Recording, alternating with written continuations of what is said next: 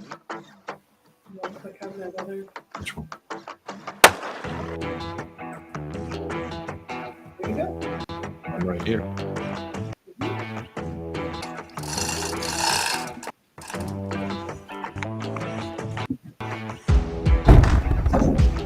Thank you.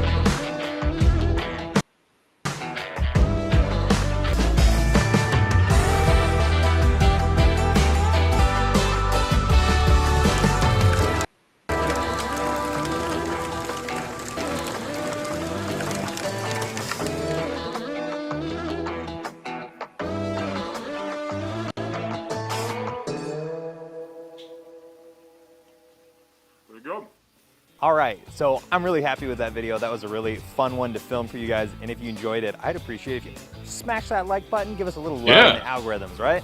If you guys have any questions as to whether you could process your pig on your farm or homestead, the answer is yes, absolutely you can.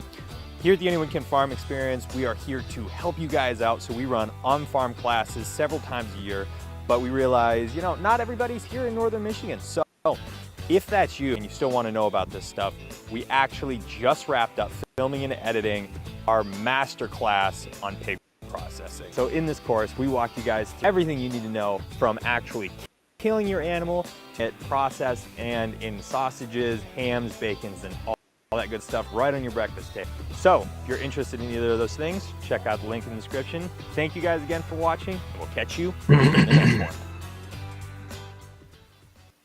Awesome. Hey, that was awesome, wasn't it? All right, welcome. I'm Mark, your host, coming to you from Baker's Green Acres. This is our Anyone Can Farm live chat. And today's the 12th of September, 2023. And I took a little respite and, just let the universe speak to me a little bit. And a lot of things have come across my desk. And I'd like to share a lot of those things with you. I think it's been 2 months, maybe Justin knows. It's good to see you guys. Boy, it's good to see you. I really enjoy doing the show. I really enjoy the people in the tribe. I really do. So let me bring you up to speed. It might have seemed a little abrupt, but what happened was my wife developed a little bit of a problem, and the way it manifested itself, it seemed like a heart problem. And we've had this happen before, and, it had to do with stress, we believe. We think it has to do with stress. So I had to make some changes, and the changes were, I had to prioritize what I had to do. So the farm, I can't just say, well, I'm not going to milk the cows anymore. Or I can't say, well, I'm not fixing fences anymore. I'm just going to stay in the house and be by Jill's side. Those things I have to do, and so the Tuesday night show, I've been doing it for like almost 5 years. And I think in some ways I lost sight of what it is about. as strange as that might seem. Like, why do we do this? And so it was a real easy decision to say, well, I'm not going to do it anymore. And, you know, you'll be fine. I'm just not going to do it anymore. And I may have been a little stressed too. And especially with Jill telling me that, hey, I'm having some heart problems. And so what we believe this is a stress related condition. She's been through all the testing that you know, I would guess mainstream medical does, and they didn't find anything. You know, they couldn't find anything. And then she went to see our chiropractor, who is excellent, Sean Pluger. He's down in Marion. Shane Pluger. We know their family. They live nearby, good, solid people. And he pushed something into place in her back, and the symptoms ended. And although she doesn't feel as though that was exactly it, that's part of it. And then we de-stressed. All right. We de-stressed a lot of things around here. For Tribe Day this year, I bit off a lot. I really did bite off a lot. Our clear span blew down and we had to get that built. We rebuilt our milking area, and that was a big thing. We had a guy staying with us this summer, and not that he stressed us out. It was just like, it was different. And we built a couple of new chicken tractors, and there was just a lot of things, and getting ready for Tribe Day. You know, there was just a lot of things, a lot of coordinations that had to be done. The new building that we built, the new cabin, and all the preparation work to get ready for Tribe Day. It really put the stressor on me. And I think I passed a lot of it down to Jill. So anyway, long story short, we think we have a handle on it. It feels like we have a handle on it. And so, hey, it's time to start the show back up. I think in the, 2 months? What did Justin tell me? I think Justin's going to tell me how long it's been. David Duncan's with us. Hey, did you see I get my phone fixed? I did. Pushing Winds with us. Keith Sutton's with us. Copperhead Farms. Holy smokes. I don't think you've ever been here. It's good to see you. It's good to see you. Man, I wish we could sit and have coffee and talk about milk and cows. But that's what we'll do. We'll talk about it here. This is the next best thing. So a lot of things have happened, like, in our world, right? I mean, if you have a phone, which sometimes I wish I didn't, but it is kind of part of this process, is to stay informed. You see that a lot of things are happening. And it's just hard to know what's really happening. You hear things, and you know, the news tells you things, and then there's the alternative media tells you things, and on and on it goes. And I was talking to Jill, and we were having a conversation about some of the things that we've seen, or that maybe I've seen. And I said something about, well, you know, this is why people turn to terrorism. And I had let my mind go that direction for a while, you know, and that's probably not a good thing to do. Probably not for me anyway. And I said something to her about it, and because it was starting to make sense, you know, why terrorists do the things they do. And she said, well, the best thing that you can do is to tell the truth. So we get together for a couple times a week, you know, in Anyone Can Farm Tribe. and we talk about things that I'm into. I'm into this. This is what I do. I'm going to stay with this.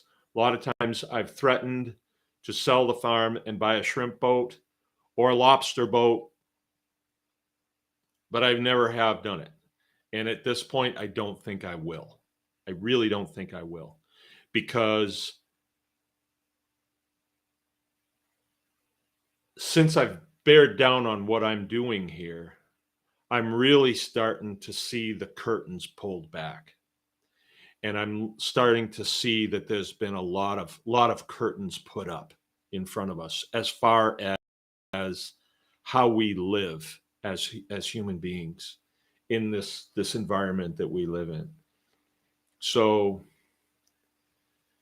I guess I just put it like this. There's two ways to go in life. There is the abundant lifestyle, and then there's the austere lifestyle. So the austere lifestyle is telling you constantly, you don't have enough. If you could have somehow more money, like play the lottery, if you could somehow get more money, then maybe you could be happy. And the abundant lifestyle is, wow, look at all I have. I mean, just health is more than a lot of people in the austerity lifestyle have. In the austerity lifestyle, there's a lot of untruth. There's a lot of nebulousness, like, well, I don't know if it's true or not, but, well, at this point, shouldn't we focus on what we know? Shouldn't we? I think we should. So this, if I was into something else, let's say I was running a live chat about snowmobiles, let's say I was really into snowmobiles, well, there's certain absolutes in snowmobiling, right? You can't tell lies and be a great guru of snowmobiles. And in the world that we live right now, we're being told all kinds of things. Boys can be girls, right? Why do we even entertain any of that? Why do that? Because all that comes out of that is tragedy. Poor Bruce Jenner. I mean, I make fun of him, but the poor guy. I mean, you're created a man, and then women, well, I mean, it's a great story. I don't know if it really happened this way, but man was created, or let's say woman was created first. I don't want to step on any toes here. And then man was created for woman. And yet you're being told that, oh no, that's not good enough. If you were created this way, you have these parts. Well, if you want to change it, you can. How foolish that is, And we hear this, and we start thinking, well, maybe you can. Hey, in the career field that I'm in, I have no reason to come here and tell you about what I do and lie to you. Like, there's no sponsor out there that is gonna, fatten my paycheck if I convince you guys that, processing your own animals is a good thing. No. Why am I doing that? I'm doing that because it is a good thing. And anybody that's done it would say, yeah, it is a good thing. And even people who haven't done it said, yeah, but I know that I should be doing that thing. I know I should. You feel it in your gut, right? So for me to come on here once a week and share some of the things that I have discovered and some of the things I know about, and share it to the degree that I know about it,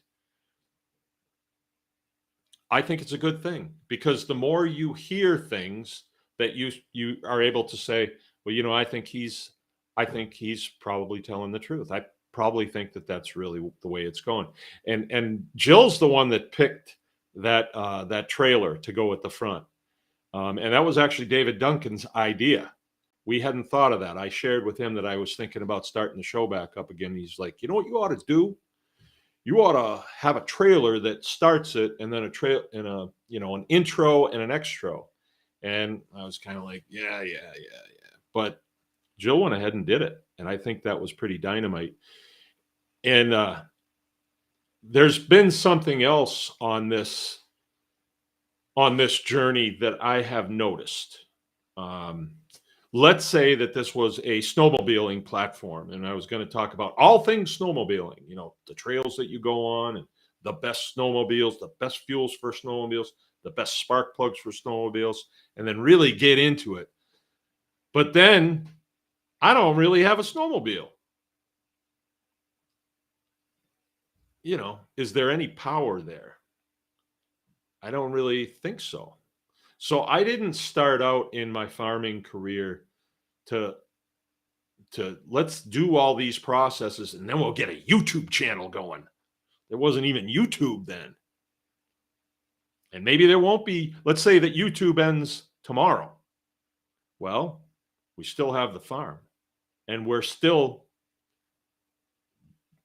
butchering cattle. We're still butchering pigs. We're still fencing. We're still raising pastured poultry. We're still learning about soils. We're still doing all that. So it's sort of a wag the dog type scenario. Like, well, did we start farming so we could have a YouTube channel, or did we just want to, have a YouTube channel because we were farming? It is the latter. And I think it's really important, and it goes along with, if you do the thing, you will have the power. If you do not do the thing, you will not have the power. So I think it's really important to show you guys that this is really how we live. I mean, this, people that have been here have seen it. It's not like I have a job in town that I go to, and then I have, 2 pigs here that I rent from my neighbor once in a while to make it look like I'm in the farming business. I'm definitely in the farming business. And I think that had a lot to do with the sign off was I really got to get down to business here. I have a list, probably about 10 things that I really need to accomplish here. I really need to get those things done. And then we can just go into operation mode. I mean, really just start working it. Just start working it. And I felt like I was kind of treading water, like somehow the show and the Anyone Can Farm tribe was somehow going to take the place of actual hands-on farming. And I don't know why I felt that way, but that wasn't the reality of it. That is not the reality of it. I think that it's really important for people who are summoned or called to be teachers, then you teach. But not until you've done the thing. Don't be teaching things that you haven't done, because that doesn't work. It's quite obvious when I hear pontification from people that I know aren't doing the thing, that there's a problem there. I don't want to hear from you guys. I remember years ago when we first started here, I was a big rules guy coming out of the service. Regulations were everything, especially as, somebody that stayed for 20 years. Towards the end of your career, you got young people coming in, you're trying to impress on them that, no, this is how we do it. I know you think you want to do it that way, but we don't do it that way. We do it this way. And we always do it this way. Here's the regulation. I'll show it to you. Do it this way. I know you might have a better way, but don't do it that. And so when I got out, I thought, I want to talk to people who know how to do this. And so I was told that the extension service is the way to go. And so we called them and made an appointment, and it was sort of almost like being in the service. You know, had to be there 15 minutes early, and I had to be looking good and all that stuff. I got there, they weren't even there. It was really weird. And then I was expecting that that's the university. That's where all those are the keepers of knowledge. They know it. And these guys really didn't know anything. They didn't. They had gone to college. They got out. They got a job working for the extension service. They didn't know anything. So anyway, we started going through the extension service. We started going to the Small Farms Conference, and here in Michigan. And to me, that was the pièce de résistance, or the pièce de resistance. Pièce de resistance. That was it. That was the best thing that I was doing here, because there'd be a bunch of other people there that were farmers, and they were actually doing it. And they would put on these blocks of education, and you could sit and you could hear what they had to say. And I really, really liked it. And then they started seeding in people from the university, professors, people who profess. They didn't actually do it, but they knew everything about it. And they would profess right from the curriculum that they taught at the university. And it's like the energy switch got turned off. And then there was more and more of them, and then they actually took it over. They took over the Small Farms Conference, and I remember then the price of it went off the charts because they started having it at a real fancy place. Before that, they were just doing it at a big church, and then they were doing it at a high school. But then they were going to, when the university took it over, they were going to do it at the resort, and it was very expensive to go. And when we were getting ready to sign up for it, and it was a pile of money, it was like, nah, it's not that good anymore anyway. I didn't really understand why, but then I started learning about, if you do the thing, you will have the power. When we sat under the tutelage of real live farmers, it was exciting. They would tell stories about what they were doing and the direction they wanted to go, what worked, what didn't work. It was exciting. But then when you were in a room with somebody that had a stinking professor attitude, and you knew from looking at him, never climbed up on a piece of equipment. You don't do this. You work in a classroom, which I got nothing wrong. I got nothing against them, but don't make believe, that you do this and field my questions. It was way off. Maybe for some people it was okay, but for me it was way off, and I did not want to participate anymore. And so we kind of started seeking out our own, and reading and going to conferences that we found, and listening to people that actually did the thing, like a Joel Salatin. He does the thing, right? So he's got a lot of wisdom in it. So I think in some ways this show passes some of that on, and so I think it's an important thing to do. But I would like to hear from you guys. What do you want to do? What direction do you want to go? Do you want me to be picking the subjects to talk about, or would you like to participate? I kind of feel as though I'd like to have some more participation via the chat. I'd like that. That would be fine with me. I am going to continue to make my videos during the day, my show and tell videos. What that is when I'm working and all of a sudden I come across something that I thought, people would benefit from hearing about this. This might motivate somebody. I'll pull my phone out and, just show what I'm doing and why I did it. And I'm not always consistent, because I made a video and Sean Wise came on, you wise guy, and he said, I thought you said never keep a bull, because I had to fix a fence today. This stinking bull that I have blew through. A friend of mine brought one of their cows over to be bred, and this jerk went right through the fence because he wanted to get at her, and then the rest of the cows went through it, and after they went through it, they just trampled it down, and so I had to get it fixed, and so I was down there fixing it, and I decided I'm going to make a video just letting people know that, hey, the show's coming back on tonight. And I wanted to put it on the tribe page because there's 12,000 people there. 12,000 people there. And I have to brief you on something.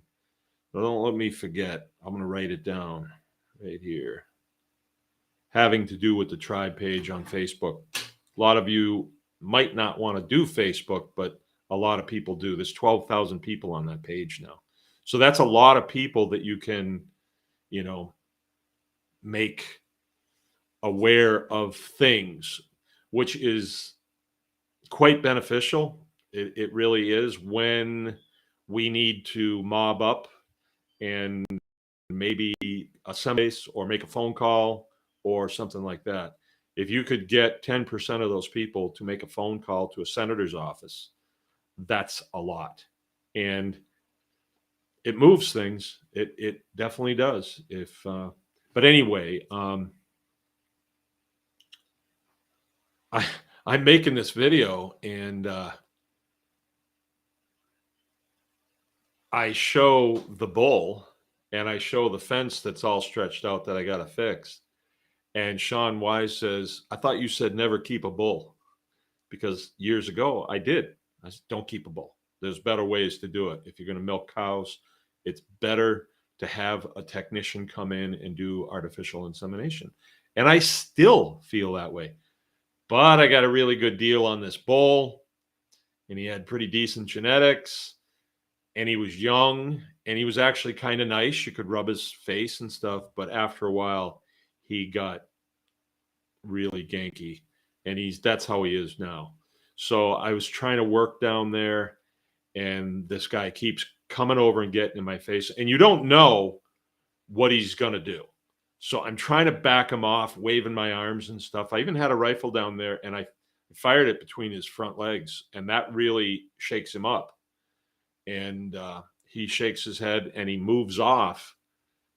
But then you focus on the fencing that you're doing, and it gets a little quiet, and you kind of look up, and he's right there, just quiet. And his head's cocked to one side, and he's got these eyes that are just kind of looking at you.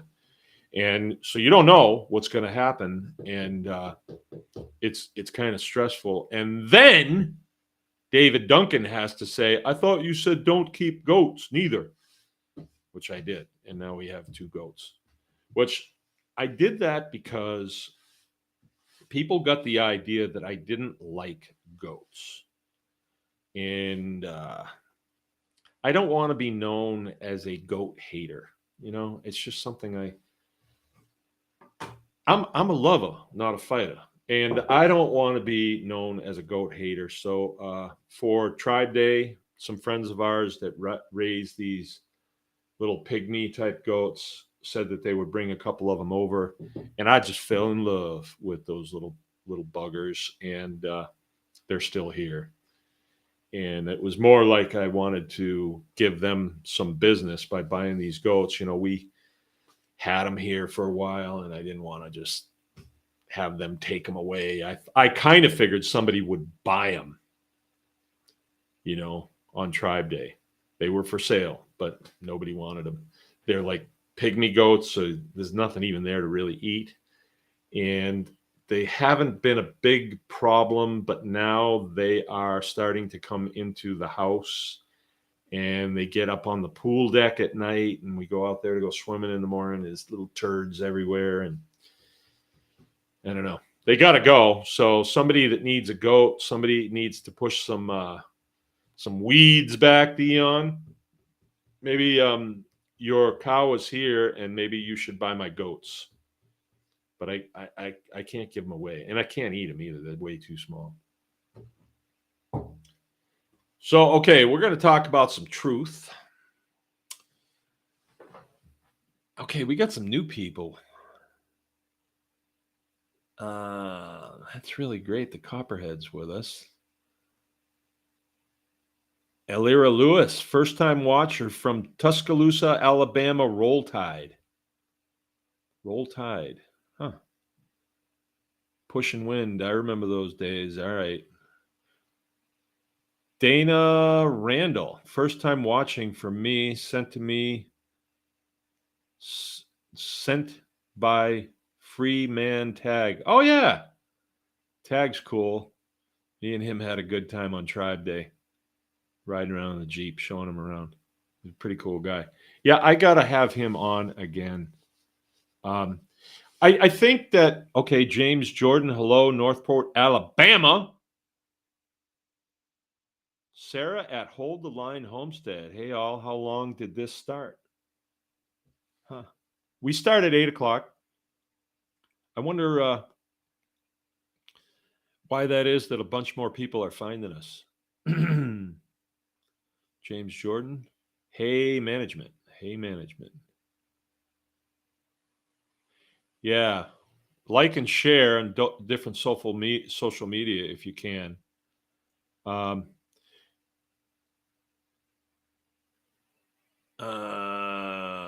Pasture management without using herbicides. Oh, I don't use herbicides. You want to talk about? Oh, you want to talk about that? Yeah, sure, we can talk that. Squeeze shoot recommendations for what? For what?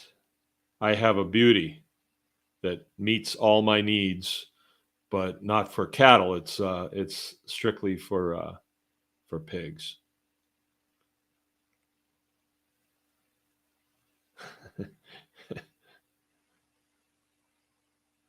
Keith S. Chill. It's been a very busy here last 2 weeks. Did chicken, rabbits, goat, and a roadkill deer. Cannot forget the canning. And my wife, she cut up all the chicken and bag for freezer. All right. All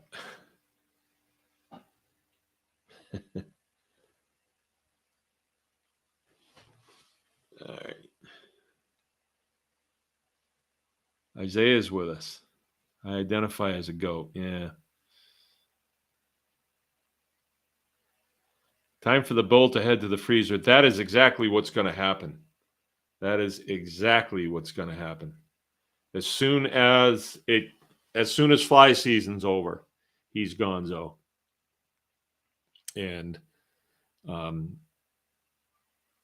every day that he's here, he's packing on the weight. So he'll feed my family really nice. I didn't pay very much for him, and he's impregnated several of my cows, and he's nice looking. He's a nice looking guy.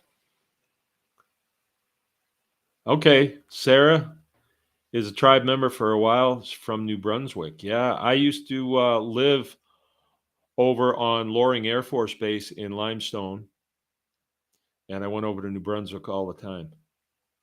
All the time. In those days, you just drove through the border. Sometimes there wasn't even anybody there. And if there was, they just, hi, where are you going? Have fun. Got any weapons? No. Good. Have fun. Now it's like a major thing to cross. They have the border patrol there and everybody else. It's crazy. All right, so good. I think we'll probably just keep going the way we have. I don't have a subject for tonight.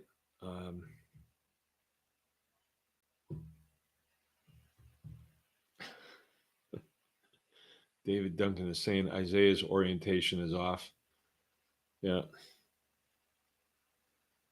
So usually when I pull my phone out of my pocket, it's just a show and tell thing. And I don't go out the door in the morning thinking I've got to make a video today. It's usually after I've done something or I've had to do something or I come across something that I think, hey, this would be kind of interesting for people that are doing this thing. So For the new people, I might as well fill you in on who we are and all of that stuff. Give a little bit of history on where we came from in this whole thing. So I got out of the Air Force in 2004. I'd been in for 20 years, right? I was in aviation, a maintenance type guy. So I knew a lot about how things go together and how they come apart and how they're supposed to be and things like that. So it was a good background to have. And my last duty assignment, Jill and I bought a small farm. We weren't really looking for a farm. We were looking for some place that wasn't on the base. We didn't want to live on the base. And we tried living in town for a while. Nah, that was no good. It was too close to everybody because we like doing things, we like to be, and I don't like to hear people's dogs barking, and I don't like to smell my neighbors and, hear fights and, hear car alarms going off and traffic and all. I didn't like that. Tried it for a while. No good. So we moved out of town, and it was kind of a drive for me to get to work. But then I took a job where I was working in the field for 2 or 3 days, sometimes 4 days, and then I'd be home, and I'd have a few days home. And this property had been a farm. There was still 13 acres there, and I brought home some chickens, and that was the gateway. And then the feed store had little pigs, and I bought 3 of them and brought them home, and the kids went wild. Just little pink pigs. And then I had to figure out how to contain them. And so I started learning about electric fences and all that. And then we wound up getting a boar, and I just was like up for anything. And then a guy was selling some steers, and I fenced off my land and put some steers in there on 13 whole acres. And we had to buy round bales of hay and somehow get those in place. I didn't have a tractor. All I had was a pickup truck. And, on and on it went. We were there for about 7 years. We met people who were real-time farmers, learned a lot of stuff, got into butchering because I met a guy that would do farm kill steer butchering. So he would come to the farm. He had a 1-ton truck. He would shoot your steer with a 22, and then he would have it dressed down and wrapped and on the back of his truck in like 10 minutes. All the while he's talking to you with a Marlboro hanging out of his mouth. The quickest guy I ever saw do anything, really. He was so good. His name's Dan Isaacson. And I was just really drawn to him because he was really good at what he did. And we got along good. And then he said to me one time, "How come you ain't doing this?" And I didn't even know that I could. And I said, I don't know. And he said, "Why don't you come and work with me for a little while, and I'll show you what to do." So I did. And then he gave me some tables and stuff, and I outfitted one of the buildings on my place to make a butcher shop. And a guy loaned me a saw, and we started butchering our own pigs. And then I would take them in to work, and people would buy. And I was actually making money selling pigs. And some things just dropped into place. But then I retired from the Air Force, and we moved here. And this is a bigger place. And I'm in Michigan. That was Montana. Very dry out there. Here, there's just a lot of lush grass. It rains.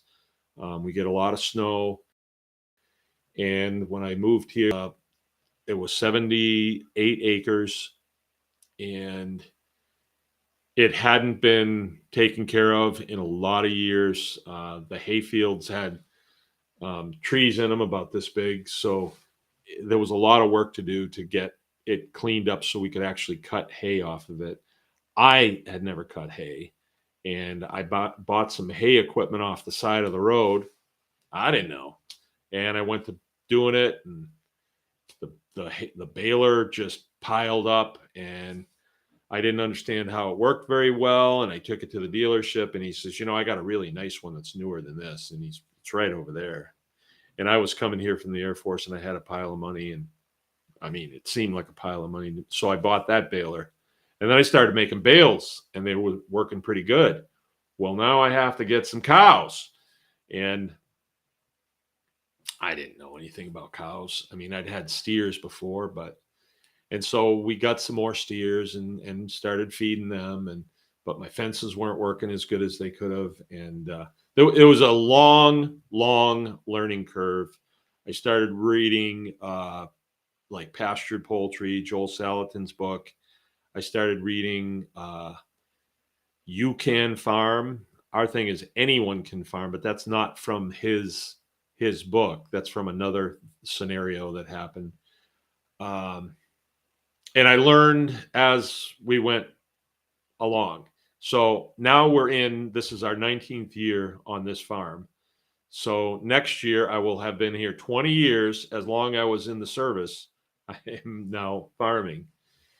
And I still got a long way to go because we still have a lot of things that we want to accomplish. So we have steers, we raise steers, and I'm really into rotational grazing. I think it's a huge advantage.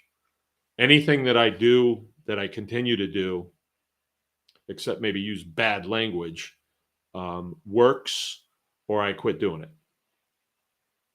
So, like, I tried doing the Eggmobile like Joel Salatin does. It didn't work for me. So I quit doing it. I didn't see the point of it. But I have a friend that worked there, and he was like, that was the greatest thing.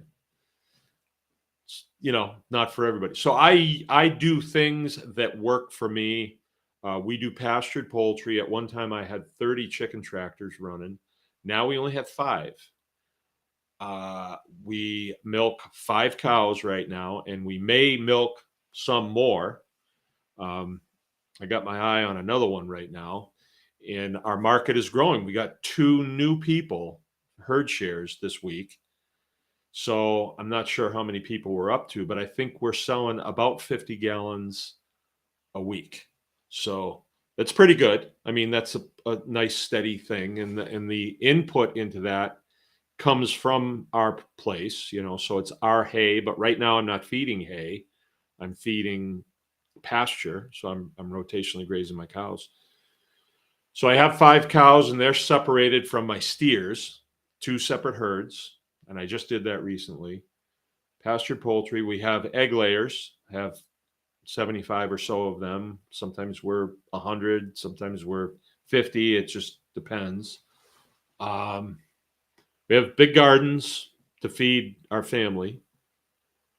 I grow quite a bit of produce for my pigs. We raise Mangalitsa pigs. I'm pretty proud of them. I'm going to all Mangalitsa shortly. My new breeding stock, actually, I got from Sean Wise. I got the females from Sean, and I got the boar from Copperhead Farm. So his name is Copperhead, and he's half blonde and half red. And then the ones I got off Sean are pure red Mangalitsa. Mangalitsa pigs, if you haven't looked into them, it's worth looking into. There's a lot of potential there for profit. We have a butcher shop on our farm. It's the new one. We just built this out like this year. This was the year we actually built it out. So that added to the stress too. And we had to move from there over to the new one. And but it's working out really good. As soon as some things were fixed, we had to get some drains in the floor and get the water hooked up, and it's a bummer butchering when you don't have any running water. You know, we were running hoses in, and then there'd be a mess. We have a chicken butchering business, so on Fridays we allow people to come in from the community and bring their chickens to us, and it used to be just one day, and we'd limit it to like 150 birds. but now we're 2 days and we're proficient at it enough that we can do like 250. And it's a good business. It's hard to turn that away because, you know, we need money too. We're putting as much money into the operation as we can because I think that the country's changing. I think that a lot of the systems that we were relying on are failing. You know, the food system it's fragile at best, and the kind of food that you can get from the store, I don't know. I don't trust them anymore, and that's the problem. There's a lot of lack of trust in these things that we were relying on quite a bit. We don't have a lot of trust in them. You know what just happened with the Wu flu thing? That really destroyed trust for some of us. Like I know people really well that I'm related to that they are like, oh, excellent, number 6. I can't wait to get it.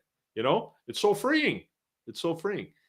But like either you're into it or you're not. And if you're not, there's no way that you're good at unless they are holding a gun on you. Right. But some people, they can't wait to get the 6th and the 7th one. Right. So it's a little touchy, you know, when it comes to the medical community. Like, I don't know if I can really trust those guys anymore. And then a lot of the institutions that we trusted, we're not trusting anymore. So homesteading is more than just growing our own food. It's fixing our own stuff. It's creating relationships with people who can do things that I can't do. That's community right there. You know, the Parker Holmeses that run a sawmill. You know, the price of lumber doubled during the Wu flu. Why was that? Because they could. So we buy rough cut from somebody that's in the tribe, and I recommend that you guys buy rough cut from somebody that's in the tribe.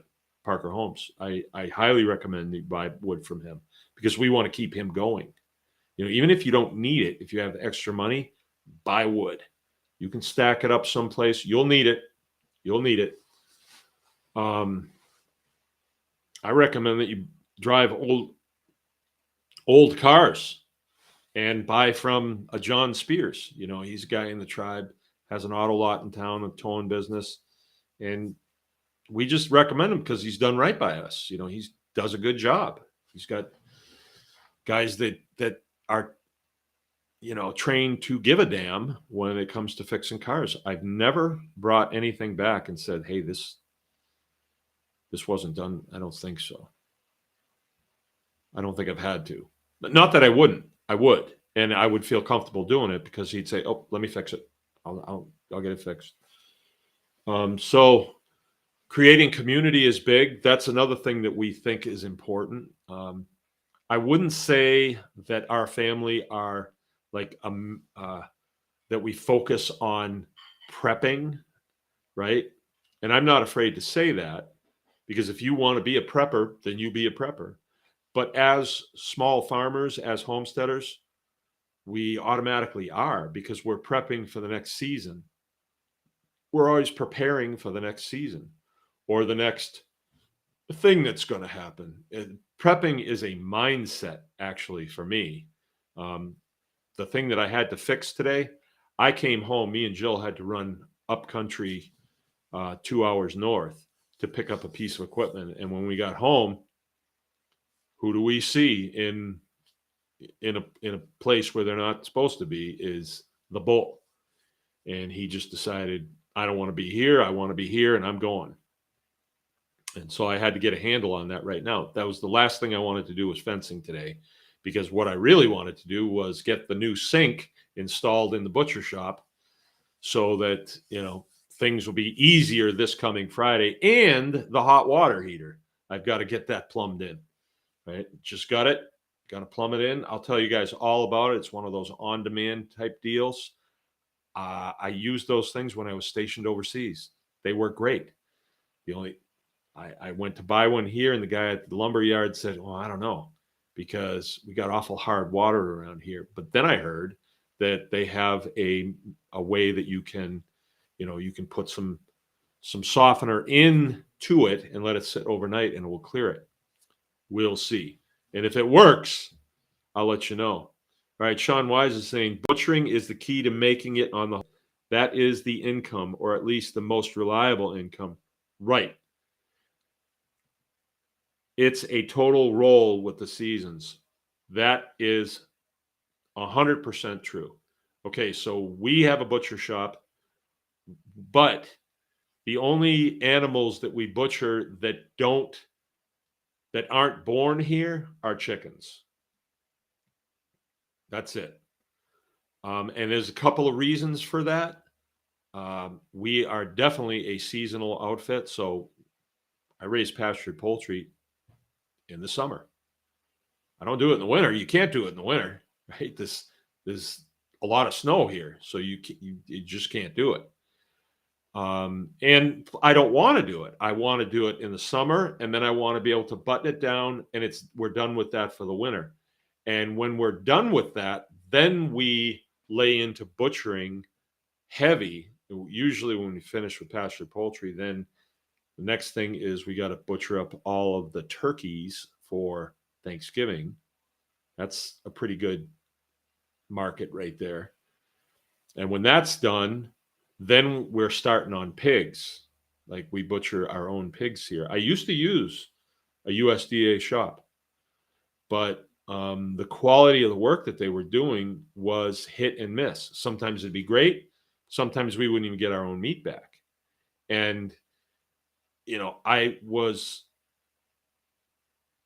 I can understand how that works. The guy was actually a friend of mine, but trying to get employees that have the give a damn button was very difficult. And he would go through employees constantly, and keeping the quality, right there is difficult. So you bring very expensive animals in and you get garbage back. It's kind of hard to do that. So we've changed to butchering all of our own animals because the consistency of the work is there. But we don't have to do that many. So where we're a seasonal outfit, we're processing pigs starting about November 1st. It's cold. So you don't have flies. And if you want the carcasses to firm up, right, you kill one day and then you'll do the cutting the next day. So overnight, maybe we'll leave the windows open in the shop if we need to. And maybe put a fan drawing in the cold air. We don't need it at 20, but it's nice if it's like around 35. If we can get the carcass cooled down, then it stiffens up, and then we can get because our pigs are really fat, and if it's a warm carcass, trying to cut it up is really hard, and it's really greasy. It's almost kind of dangerous because you're sliding as you're cutting, and it slows you way down. So then about December, we're pretty well done with pigs in a month, right? And in that November time frame is when we do our Homestead Hog Harvest class. So if you don't know how to butcher, I would say look into taking our class. It's right here at the farm. It's in person. The virtual one is good if you can't make it, but it's nothing like the hands-on, nothing like it. So I would look into that.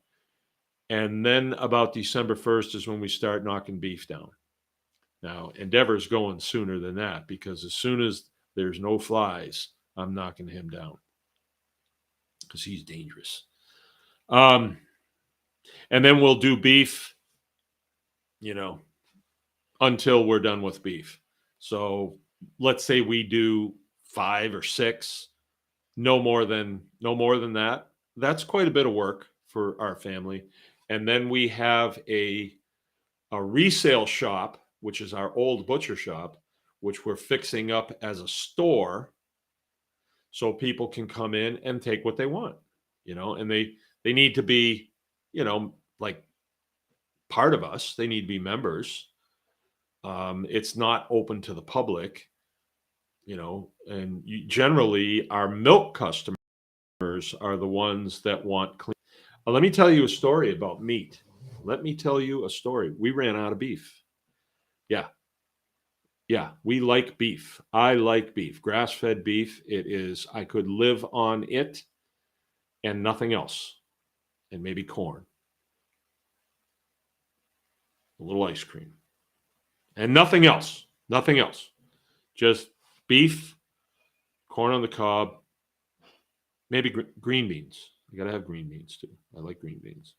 But I can just live on that. Ribs. Ribs are so good, especially mangalitsa, and bacon. Oh, wow. And eggs. Oh, I love everything. And a big glass of milk. So beef, corn on the cob, a little bit of ice cream, green beans, milk, ribs, bacon, eggs. Just that, and I'm fine. I don't need anything else. Oh, sausage. Sausage is so good.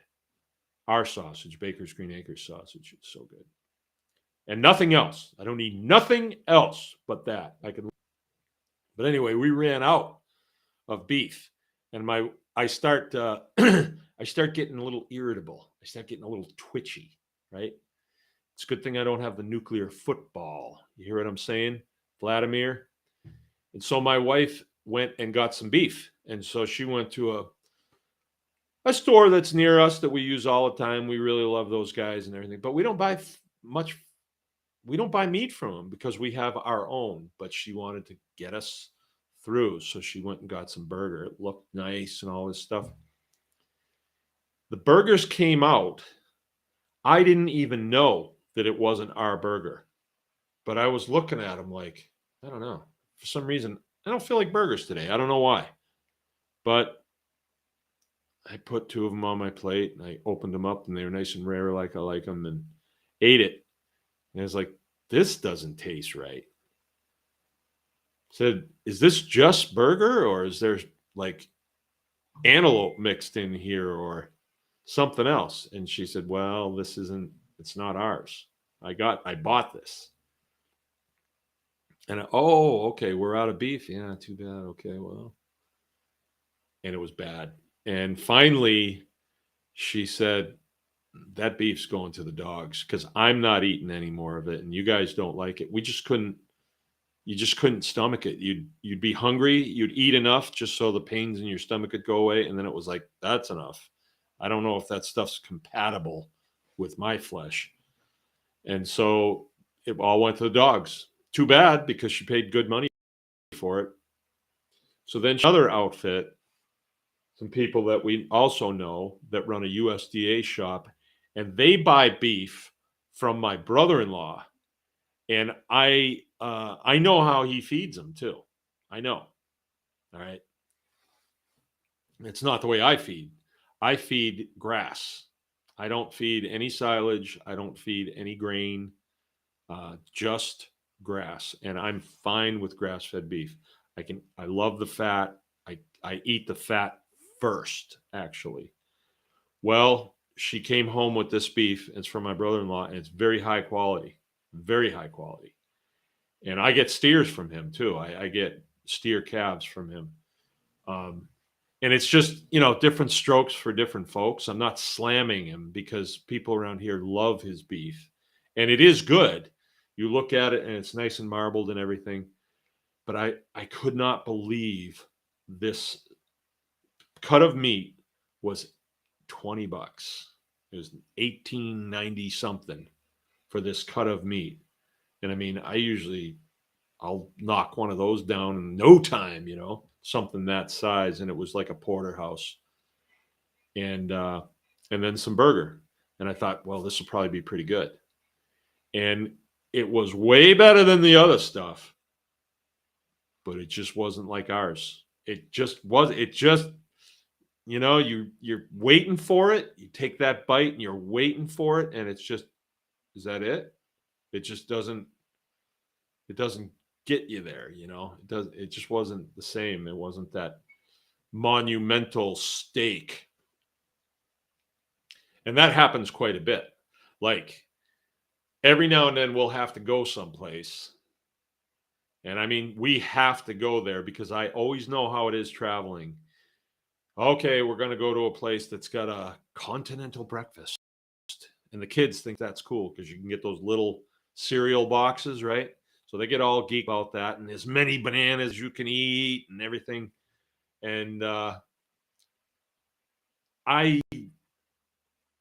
understand the excitement, and I get excited too. Oh, we're going to swim in the pool. That's going to be fun until it's, you know, only 3 feet and it's warm and. But I get excited too going down to breakfast, and then they got bacon, and I'm thinking bacon, and I'll get some and I'll put it on my plate, and then it's like, I know that I'm going to be disappointed. I'll take it anyway, and I go and I eat it, and it's like, that's not bacon. That's not Mangalitsa bacon at all. Not even close. So I'll eat some hard-boiled eggs, and even that is not the same as ours. Our chickens are on really dense, nutrient-dense forage. So their eggs, I haven't eaten dinner tonight. I think I'm going to have bacon and eggs tonight with a side of steak. And our potatoes, I got to have potatoes too. Our potatoes, Jill takes potatoes, slices them up to make like French fries, and then fries them in Mangalitsa fat. You haven't lived. You haven't lived until you've done that. It's actually, it's a bit sinful. It's sinful. Sinful. But that's how we eat around here. And I had to tell you that story because you know, if you don't own the whole process, you're missing out on the joy and the fulfillment of owning the whole process. Like if you have a garden and you plant your tomatoes, and then you watch them grow and you trim them and you trellis them and all this stuff, you water them, you take care of them, and then you get one of those tomatoes off there and you eat it. A sun-ripe, compost-fed tomato. It's just the spice of life. It really is the spice of life. It's sort of like, I was going to say, if you have a brat kid, spanking your own kid, but that's not quite the same. I don't know. It is the spice of life, though. When you raise a beef, you raise up a steer. Let's say it's born on your property from one of your cows. Like we have that happen all the time. And then we raise it up, and then you're petting it and everything. And one day you go out there with a gun and you shoot it, and then you skin it, and you cut the hoofs off, and oof, man, it's just good. It's really good. And then you have a steak that you've aged and cut it and trimmed it, and there it is on the plate. And you just think, I got that. I got that to this point. You know, well, you don't want to say I did that. Well, you're kind of stewarding it. You're kind of part of the process. You know, it's definitely not the same as getting a steak like the steak I had last night. It's just not the same. I mean, Jill cooked it and stuff, and even if it came from her brother, it was still in the family, but it just wasn't the same. It just was not the same. And I'm not sure if it was, no, it wasn't the placebo effect, because my first bite of steak, I usually won't put much salt on it because I want to taste it. But then after that, if it's not real good, you got to put some salt on it, just to bring the flavor out. Anyway, that's the direction that we want to go. And Sean said, butchering is the key, right? And as a human being, I got to tell you that I was, let's see, I would have been nearly 40 the first time I ever shot one of my own animals. And I didn't actually set out to do it. It was my oldest son said, "Hey, I want to do that." I had a friend, Bob Reed. We called him Meatster. He came up to my house and he would shoot my pigs for me, and then I would load them on a truck and take them up to Dan Isaacson, the custom butcher. A custom cutter can do that. USDA can't. USDA butchering outfit can't do that. But anyway, I would have this friend of mine do the shooting, and because I never did it, I hadn't even shot a deer at that point, I don't think. And then my son said he wanted to do it, and he got a really bad shot on the pig, and the thing went to squealing. And then he shot again, and he really creased the thing's head, but didn't. And I said, "Hand me the gun, Kyle." And then I shot, and that wasn't so bad.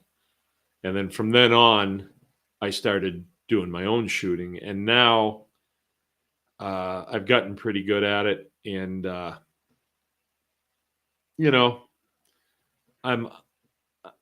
okay with it. It's not like I enjoy it, and I don't want you to think, if you're having these feelings like, "Oh, I don't know if I could do that." That's human.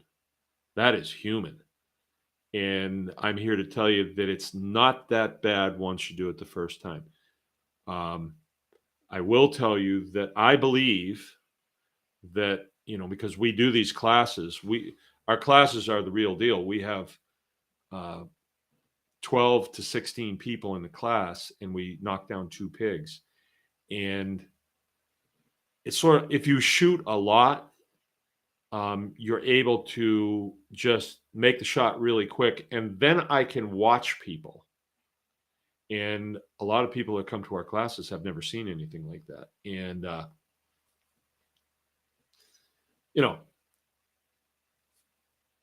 you have males and females. It's different. It's really different. Most females, I would not pressure them into doing that, because they really don't. That's not them. Most, not all, but most. Like in my house, we have 3 females, and my wife and 2 daughters, and we have never said you can't do it. We've never said you must do it. We've just said we'll leave it. But the boys, they're like, "Oh, can I shoot this one?" They want to do it. None of my girls have ever said, "Oh, let me be the killer on killing day." They've never said that they wanted to. If they did, I'd say, "Okay, but let's go out and do a little practicing with the 22, so you get to the point where you can actually hit what you're aiming at." And the boys have, that's like a rite of passage. Can I shoot the 22 now? And usually at 18 months, they're trying to get their hands on the 22, right? So that's kind of the way it's gone around here. And all the classes that we've done, we do pasture poultry classes too. I never the women into killing, and a lot of them don't. And I say to them, that's okay. That's, we're not the same. We're not the same. And, it works out pretty good. All right, what do we got here? Tag is with us. Life done free. Hope all is well. You too, man. He had a big block of instruction on Tribe Day, and people really liked it. People really liked it. I kept hearing about that. I also kept hearing about Dave Allen in his trauma class. Dave was an Army friend of mine, knows a lot about trauma. Copperhead says, way 2. Can't wait. I can't wait to hear how he does for you guys. Oh, Copperhead. Yeah. Buttermilk, pushing wind, buttermilk.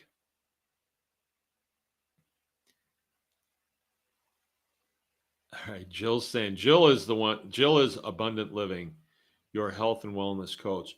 You can get all the video courses on the farm classes at www.anyonecanfarmexperience.com.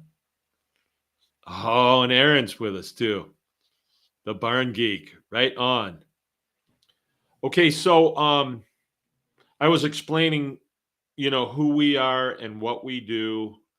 I am relatively new to farming. I mean, we had our little farm in Montana. I don't really like the word hobby farm because it's sort of demeaning to me. It seems kind of demeaning, I think. Like, is that a hobby steak that I'm eating? Right? It's because I don't carry a whole bunch of debt. I don't have really big equipment. So I'm not a real live farmer. I don't really hold with that. So I don't really go with hobby farming. I think that if you are raising some tomatoes in a bucket on your front porch, you're farming because you are creating carbohydrates. And then if you have a few chickens, eggs, that's protein. So proteins and carbohydrates. If you're creating that, you're farming. And I think once you start, then it's sort of like, ooh, I want to do the next thing and I want to do the next thing. It's really exciting. I love this way of life. I wouldn't want to do anything else. So to pass it on to other people is my pleasure to do. The Barn Geek. We do some business with the Barn Geek. Still haven't got that cabin finished though, Aaron. It just got busy. It just got busy. The last time we got together on it, Parker said, yeah, so what day next week? And I said, we can't. I got to cut hay next week. We can't. That was like 2.5 months ago. So he's only been here once since then. And it was for, eating. Just we were having a campfire and we ate. So I think we should have another day when we get together and have a meal and just have all the windows and doors and everything and just slam that thing together. We have to because you're going to be staying there on for the charcuterie class. Yeah, David Duncan is reminding, please join Tribe Plus. Dion Stumpo has a little thing of bacon. Oh, yeah, Mangalitsa fat. I'm drooling already for Mangalitsa fat. Yeah, if you own a lot of these processes, if you can do them, especially butchering, the alternative to having your own butchering operation, and you don't have to have all the bells and whistles. When we started, I had a tree limb and I had a pulley. I still have the same pulley. It's a block and tackle that I would drag a pig over there after it was shot, and then I would pull it up. That's where it started. Now we have a building and,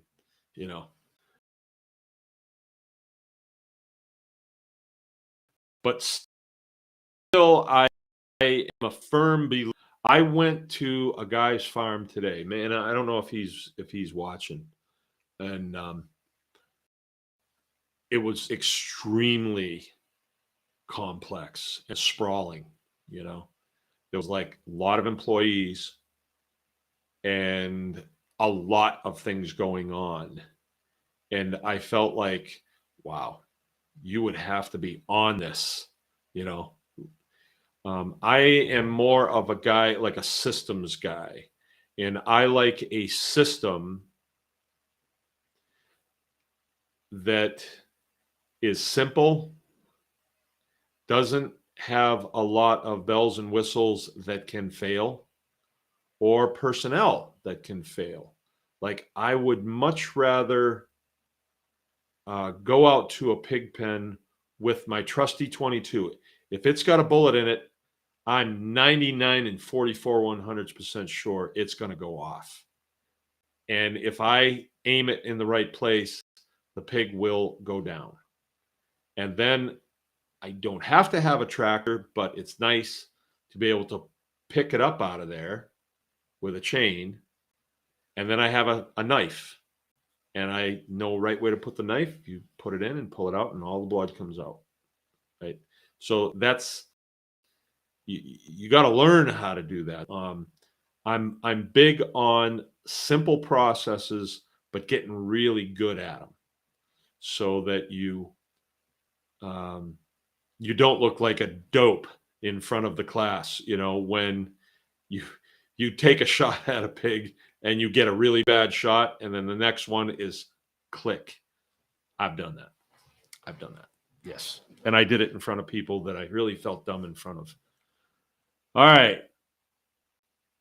So when Keith S said he's drooling already over Mangalitsa fat, um, not only butcher the pigs, but we preserve the meat.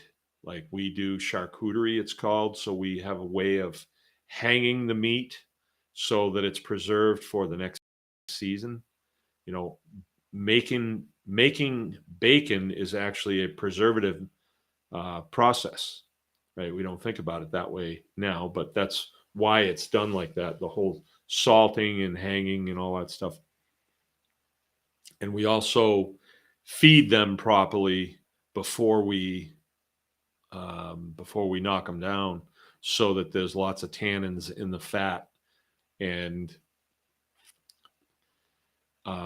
you get a piece of meat that wants to cure instead of wants to go rancid.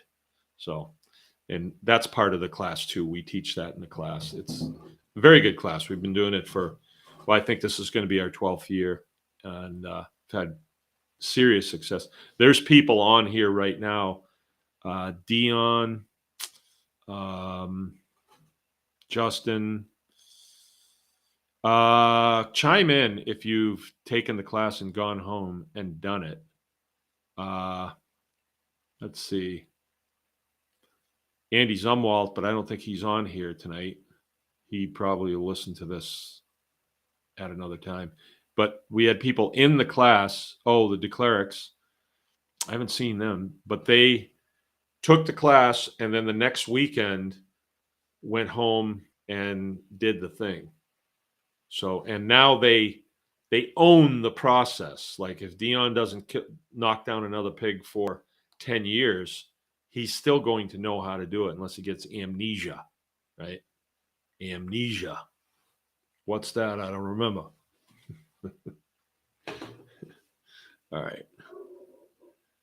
So we make a lot. We render down the fat, because Mangalitsa pigs have lots of fat. And so I have 2 sows that I have to do, and they are fat. They are fat.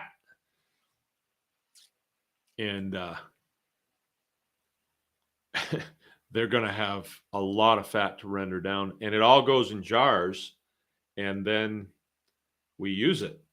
We use it all winter long, and we sell a lot of it too.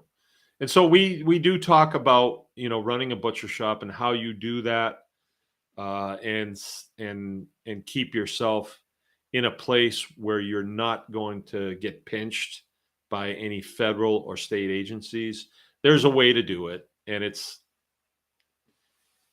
outside of their purview. It's not, I wouldn't say it's flying under the radar. I don't really like that term, because that implies that we're doing something nefarious. No, we're doing it right out in the open. We're just not contracting with them for any kind of oversight. And it limits where we can sell our products.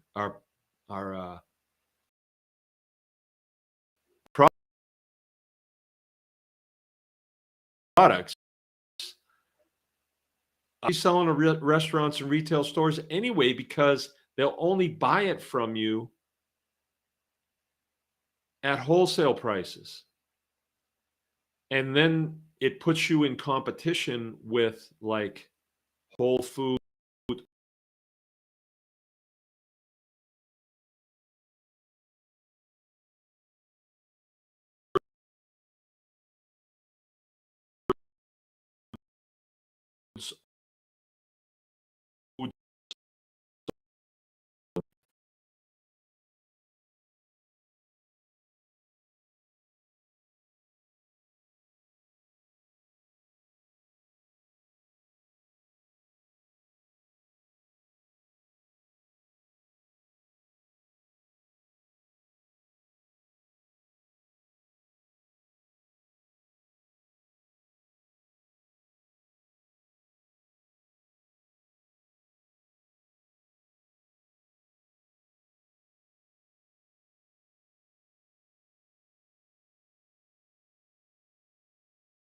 Uh-oh.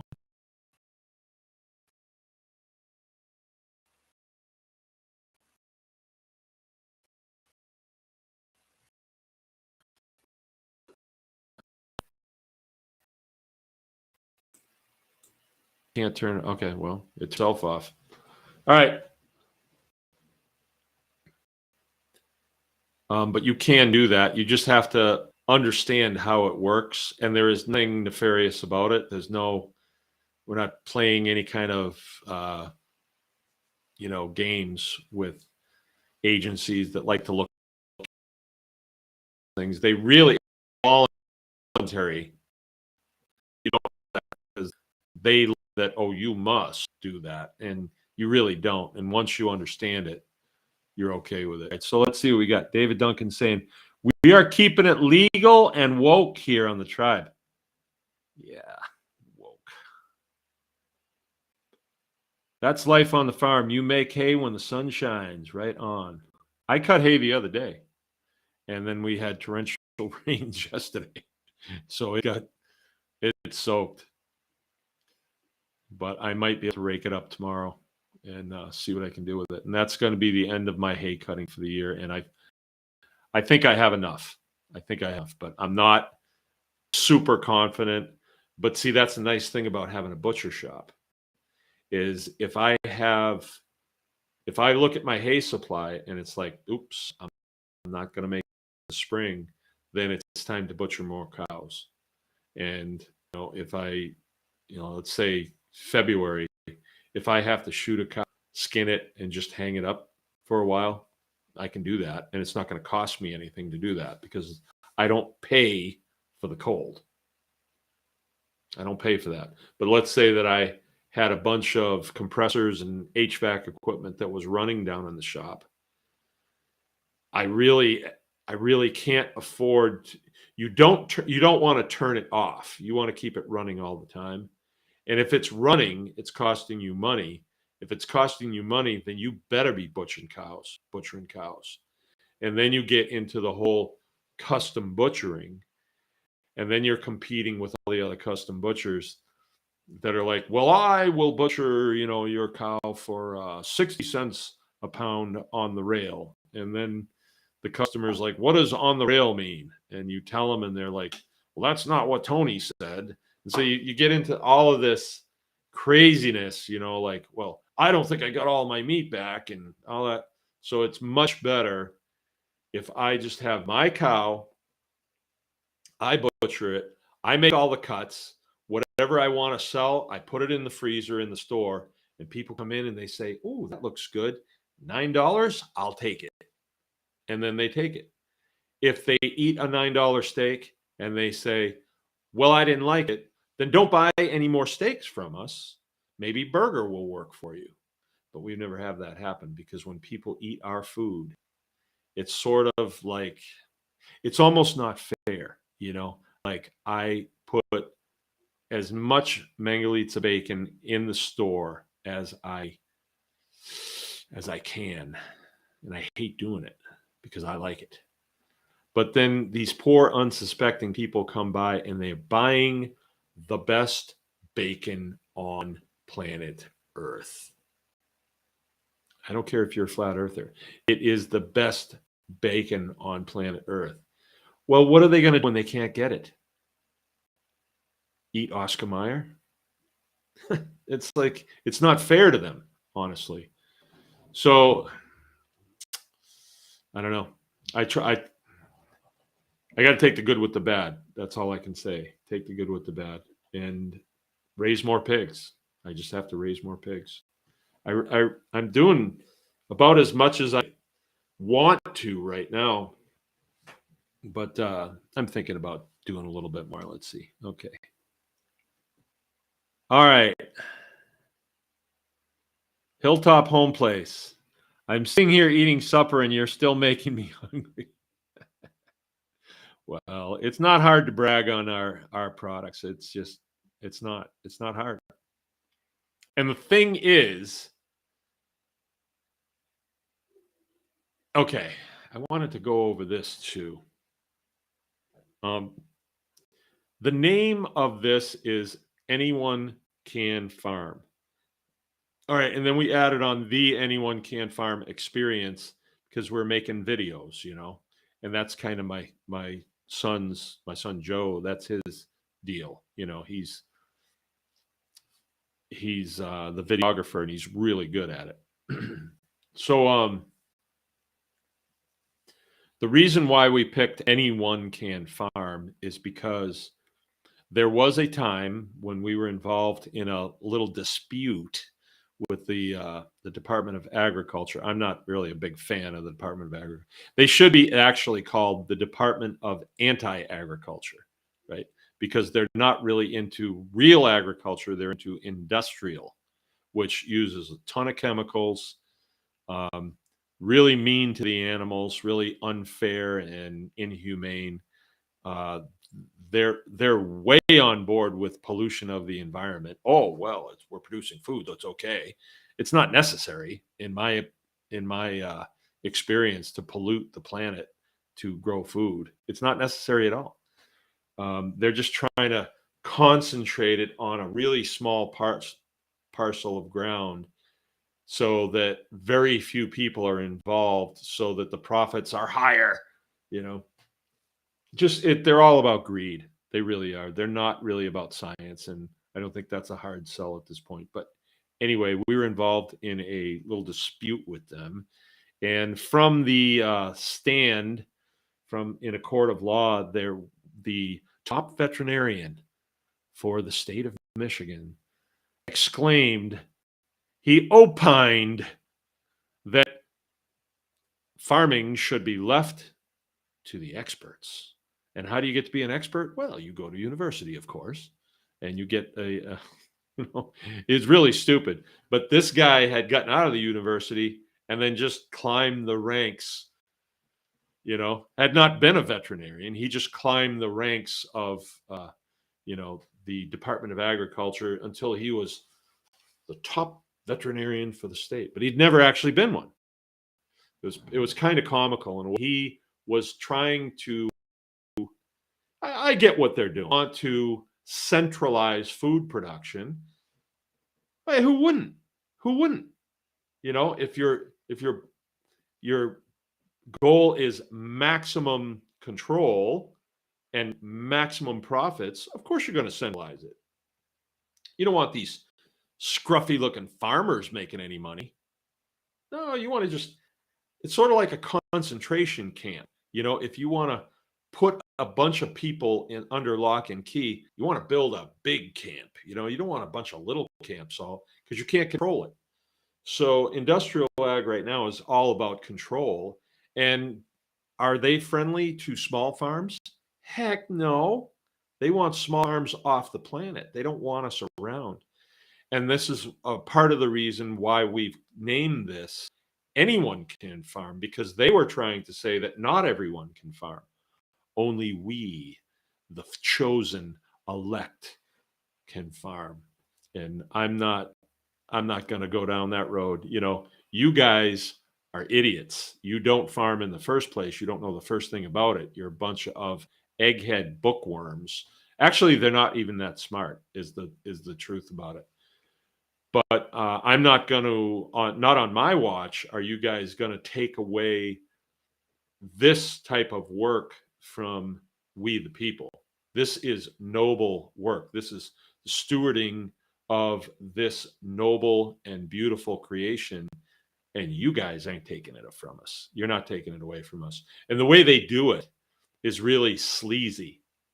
They're trying to do to the American public sort of what the Department of Indian Affairs has done the Indians in the United States. Is they just, oh, you guys don't have to go hunting anymore. We'll just give it to you. Oh, you guys don't even, no, stay in your, we'll build houses for you. You just stay in there. We'll give you a check every month. Well, what are we supposed to do? Watch TV. Watch TV. Eat sweets. Oh, alcohol? You want some of that? Yeah. And, there's a spot in the human heart that's a void that's filled with self-sufficiency. At least in mine, I love being self-sufficient. I love doing things myself. I feel really good about it. And I believe that it is actually like I don't believe in the Big Bang Theory. I don't believe in the 100 monkey thing. I don't believe in evolution. I just I just don't. And it's not a religious conviction. It's just I do this and I don't see any evidence at all for the Big Bang Theory. I think somebody made that up. That's what it sounds like to me. A lot of things like that. And, true scientists, I don't think anybody at that university can say, well, I don't believe in evolution. I don't think they can. I think they'd get canceled if they did that. I think they're pressured to go along. Oh, yeah. Yeah, humans, they evolved from apes. That's kind of racist, ain't it? That humans evolved from ape, because I don't really look like an ape, right? So am I evolved? It's a racist thing. You know where I'm going with that. But they say that, but they never get called out for it. Chinese people don't look like apes.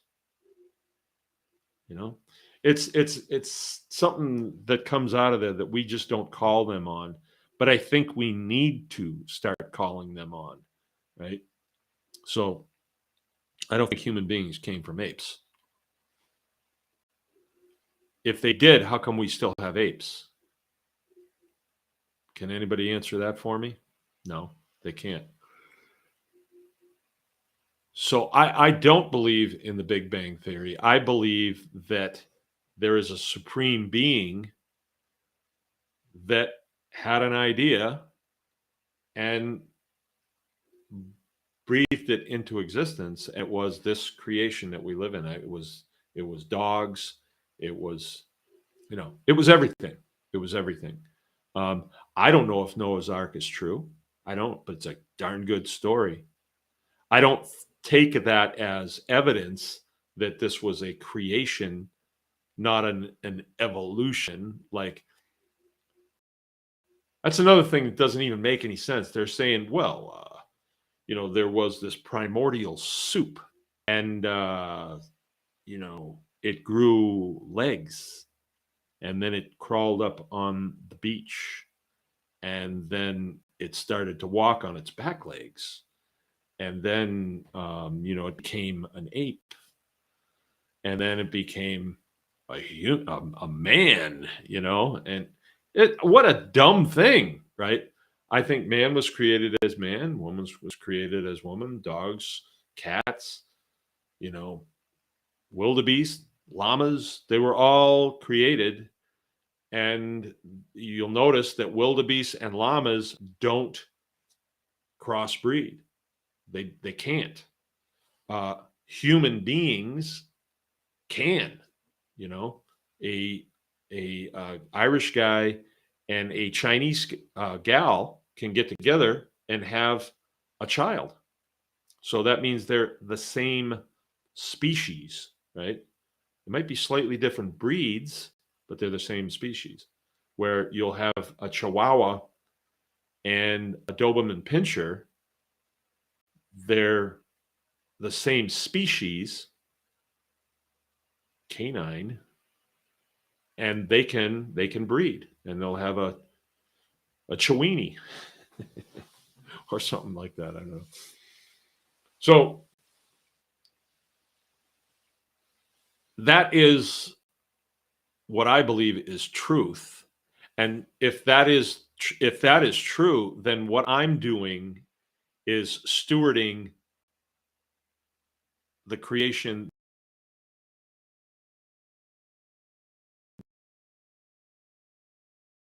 of the universe as far as career fields. If I learn how to check the oil in a machine that man created, yeah, okay. But with this career field, there's a lot of intuition involved in it. And it's not that I have intuition, it's that intuition comes into play it's a mutual thing between me and the animals that I'm taking care of. So the animals were created for mankind. I think that's pretty obvious, right? So here's a good one. We bought a cow from a friend of ours, and she had purchased it from a guy's widow that died. And it was happened to be an Amish guy, and he bought this cow, and we don't know where he got it from. And so we got it from her. It was kind of unruly, but we thought once we put her in with our cows, she'll be okay. Well, she calved. We put her in with our cows, and she was wild. She wouldn't let us touch her. She would come in to get her grain, but then when it came to milking her, she was a kicker. And she wasn't kicking at the milker. She was kicking at us. And so she kicked our intern, Covey. She got him good. She got everybody.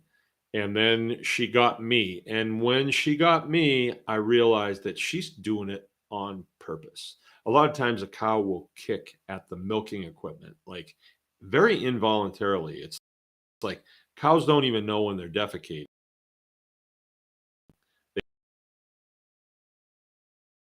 They just do. They don't say, "Oh, I got to take a dump."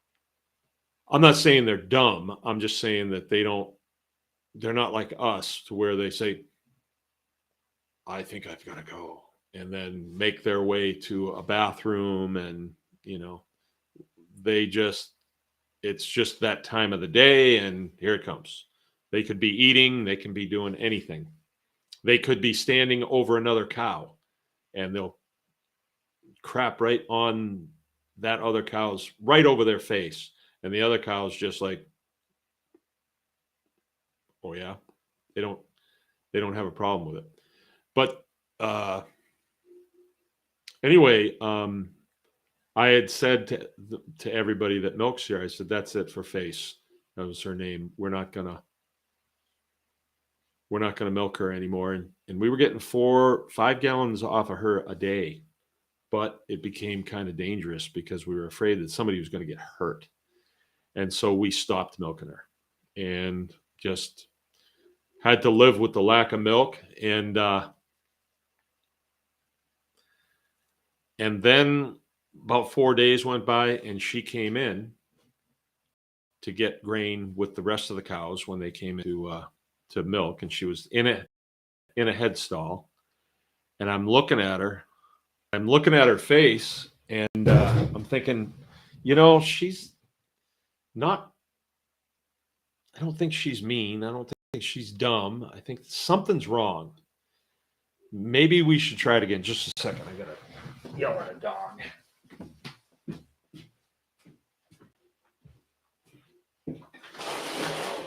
Hey, knock it off.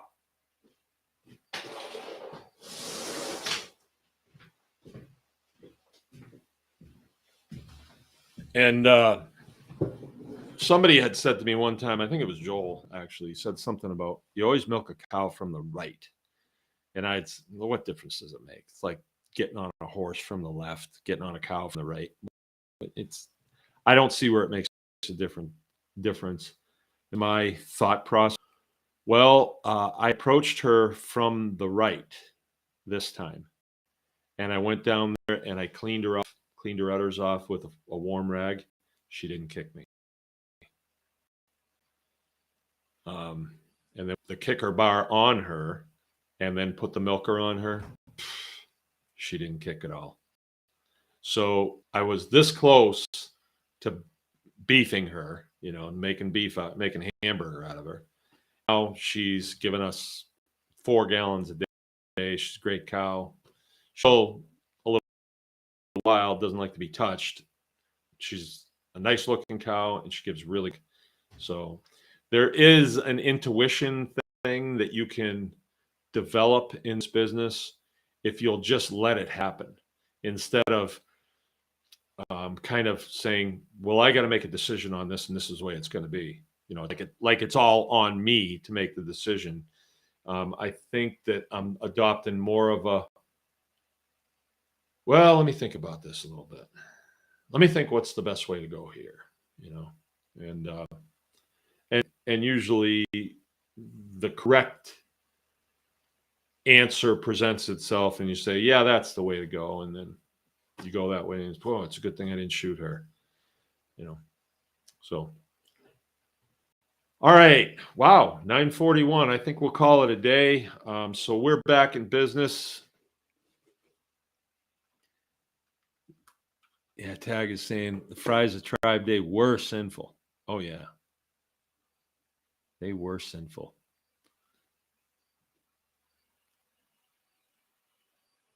Dobby the Bub.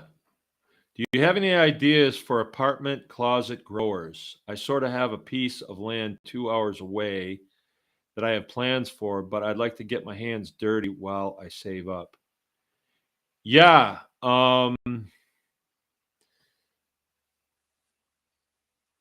My father grew tomatoes and peppers in 5-gallon buckets. Oh, yeah. You're going to want to check with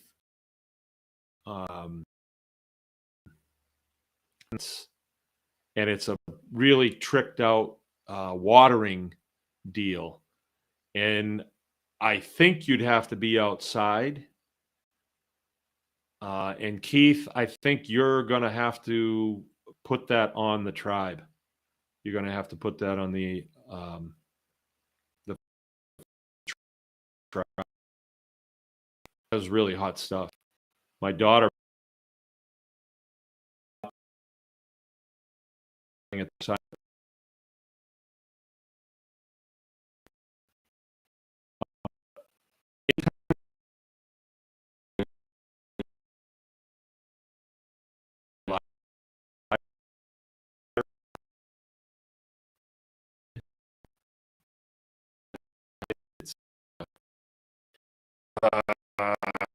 Digest basics.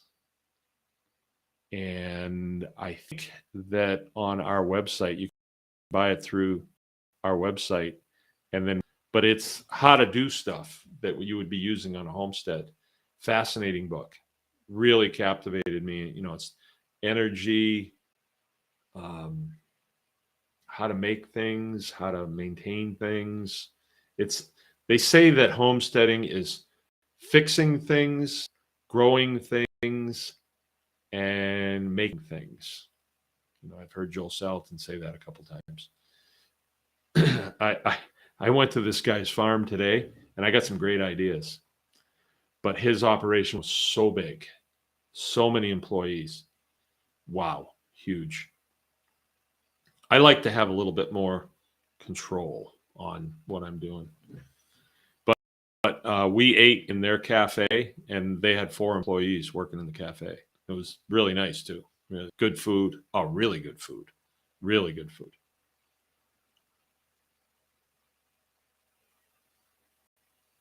I have a room set aside, pots and a grow light, but it's too hot in the summer.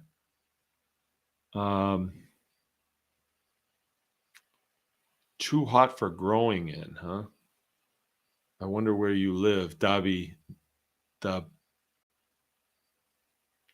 Dibup. Where do you live?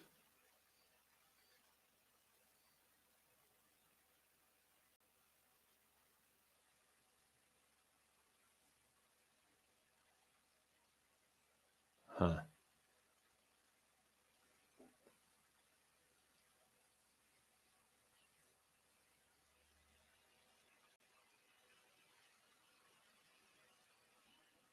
David Duncan is saying to me, you committed agricultural sedition by reading the U.S. Constitution and not by listening to the incantations of the parasites.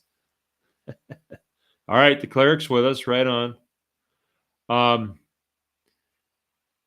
Yeah, I did an interview for a guy the other day, and he wanted to know what I thought the difference between common law, there's a book of common law, and the U.S. Constitution was. And common law is the basis for the Declaration of Independence. It's the basis for, I don't know if it's the basis for the Ten Commandments or the Ten Commandments are the basis for common law. I think it's more likely the alternative. But common law is the basis of the law that we have in our country. But the U.S. Constitution, the federal Constitution, enunciates it or enumerates it. And the difference is the Constitution, the U.S. Constitution, specifically the Bill of Rights, can be used as a weapon against those that try to take our freedoms from us. And it can actually be used as a weapon. And there's a way to do it. And I can go over it sometime. I'm not going to get into it now. But I would be called a Connie, a constitutionalist. So long story. It's a long story. I'll have to get into it another time when we were talking of constitutions, but it really is the answer to the woes that a lot of farmers face from usually stinking bureaucrats. You know, they're not doers. They're just the people who want to control other people. And you see it at the township level, at the county level, state level, you know, and we've locked horns with all of them at one time or another. And the Constitution is absolutely the answer. And let me just put this in your mind right now. If you have a rooster, let's say, and that, you know, and it could be any animal, but let's just say it is a rooster. You have a rooster. And the Fifth Amendment to the U.S. Constitution is really clear. It says that your life, liberty, and property, and that rooster is yours, is protected under the due process of law.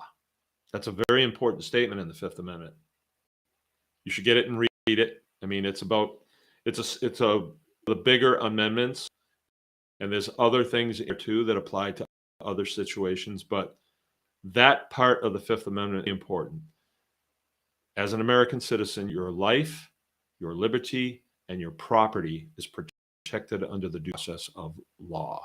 So if you have a rooster and it's your property, it is protected under the Fifth Amendment. Now, if you live in a state where they have a state law that says roosters are not allowed, and they actually have a law. Like if you're in Michigan, it would be an MCL, Michigan Codified Law. Roosters are illegal.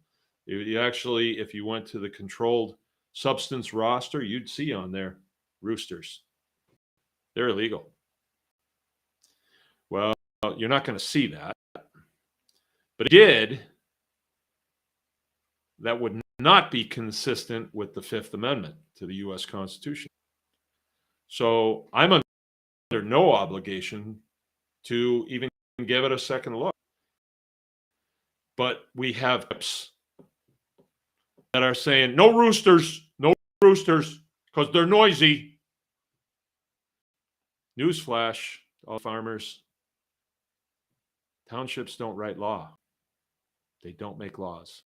That's made at the legislative level, at the state level, and at the federal level. Not the township level or the county. They don't make laws. They can make rules, but that violates the Fifth Amendment to the U.S. Constitution. And the people that are doing that at township level, they've taken an oath to protect and defend the Constitution, or their oath says support the Constitution. And like the oath that I take is to protect and defend.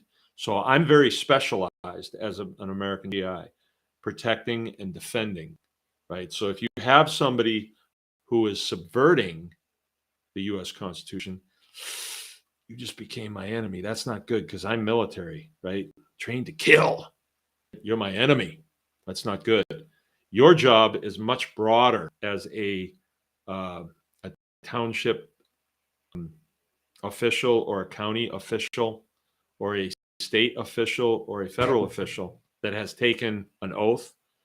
You're supposed to support the Constitution of the United States. That's your contract with the people. And if you step out from that, ooh, we got you now. We got you. And you may think that, well, how come nobody ever gets these people? It's because of the operation that they've been running on us, where they will only say to us, well, yes, it's not right. Look at this Biden crime family. Look what they're doing. But then both sides say, yeah, but we ain't going to do anything about it. Well, the citizenry starts putting pen to paper and putting pressure on the right people. It can be done. It can be done, and I've seen it work. It's a little difficult when you're talking the administration because there's so much bureaucratic red tape. It's unbelievable, and they do that on purpose. They want to be unaccountable. So anyway, we're big constitutionalists around here. I'm a Connie for sure. If you want to be a Connie with me, get the U.S. Constitution, read it, and then ask yourself this question: is the U.S. Constitution the supreme law of the land, or is Aunt B over at the township, is she got the supreme law? Like, it can't be both. Like, whose word supersedes the other? You know, the U.S. Constitution says your life, liberty, and property is protected on a due process of law. There ain't no law against roosters. But Aunt B says you can't have them. Are you going to be bound to that? You know, I say you just tell Aunt B, sorry, I'm not doing it. You'll move. What are you going to do? I'm keeping my rooster. Well, you'll what? You'll what? You won't do anything because you don't have any mechanism to do it. We'll get the zoning enforcement person over there, and they've got a book. They can write your name in it, and they can hand it to you, and you might have to appear before a judge. Yeah, and then what? I'm keeping my rooster. You can't have my rooster. Well, the judge will put you in jail. He can't put me in jail. I don't have anything that's illegal. I haven't broken a law. I've broken your rule. But your rules, you can't put me in jail for breaking your dumb rules. See? So we do talk about that a lot, and I love to talk about that. And I've been down that road. So I know what I'm talking about. And I do like to share that with people. See, either the U.S. Constitution is it, or Aunt B at the township level is it. But it can't be both. It can't be both. Right? It's the law. And I've counseled with people that really don't want to hear the truth. They really want me to just wave a magic wand, but I don't have one. You have to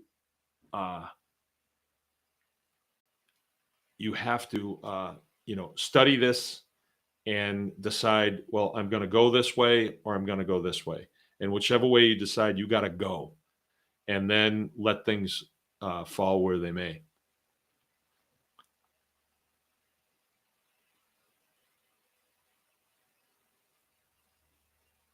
Yeah, the ghost has some recommendations for Dobby. I'd like to know where you live. Why is it so hot? As a Canadian, I would like to recommend growing something else indoors, but don't want to get anyone in trouble. Probably talking about pot. How long from plant to harvest with ginger? I don't know. It's legal in Canada up to 4 plants. All right.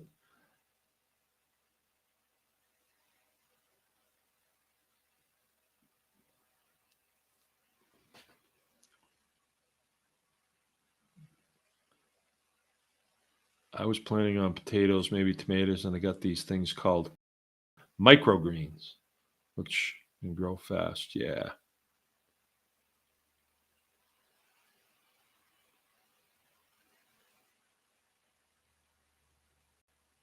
All right.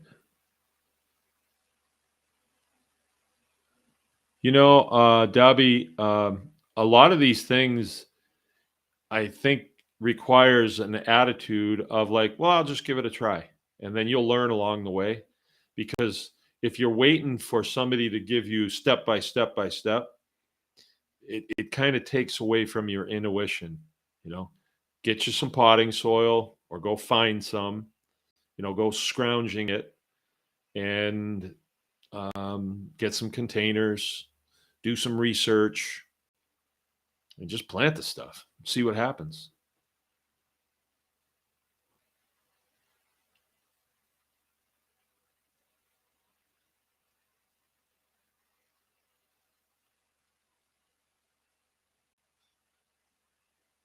All right.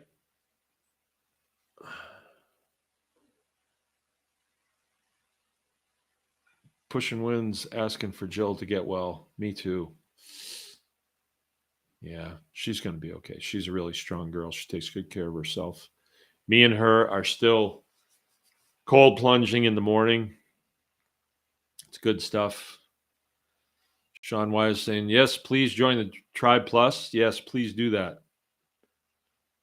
I'm not made of money. I am. Winter gets negative 20 degrees centigrade. Grow lights will keep things nice. Huh.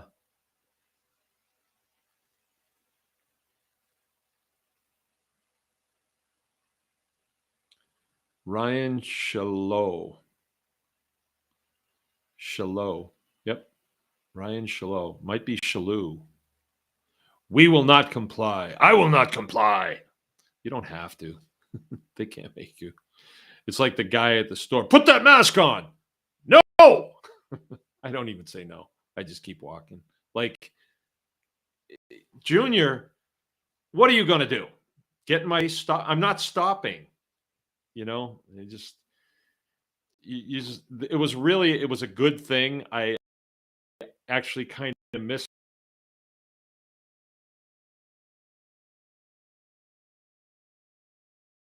it. And I've heard deep doo-doo right now because their whole infrastructure seems to be kind of crumbling. But I think it's sort of like when you're about to land a fish, they're going to run hard because a lot of what's been going on in the United States and around the world is not exactly legal.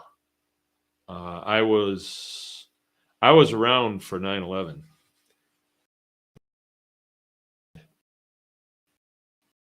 I mean, I think we all suffered from a little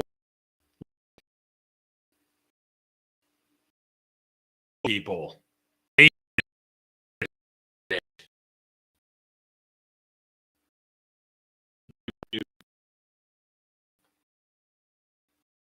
Back away from it.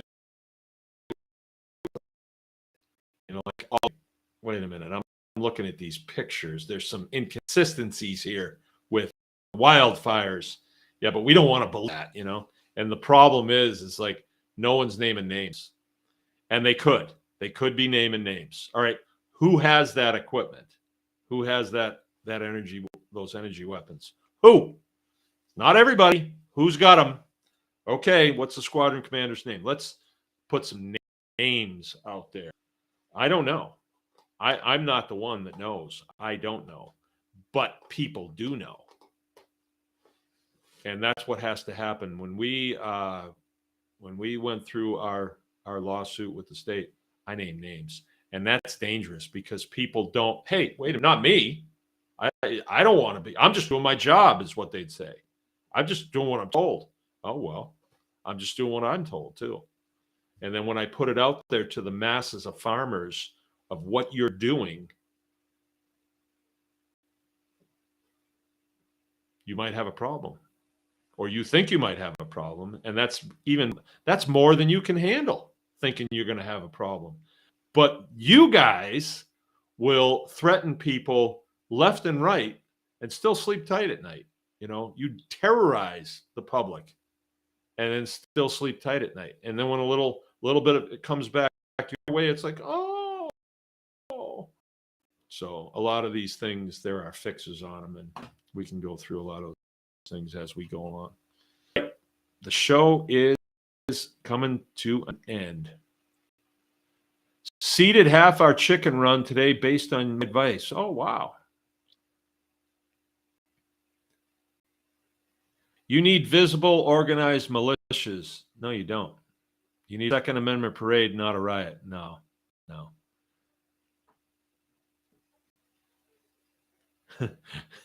We're here. We're armed. You're not taking my rooster. Actually, you don't need all that.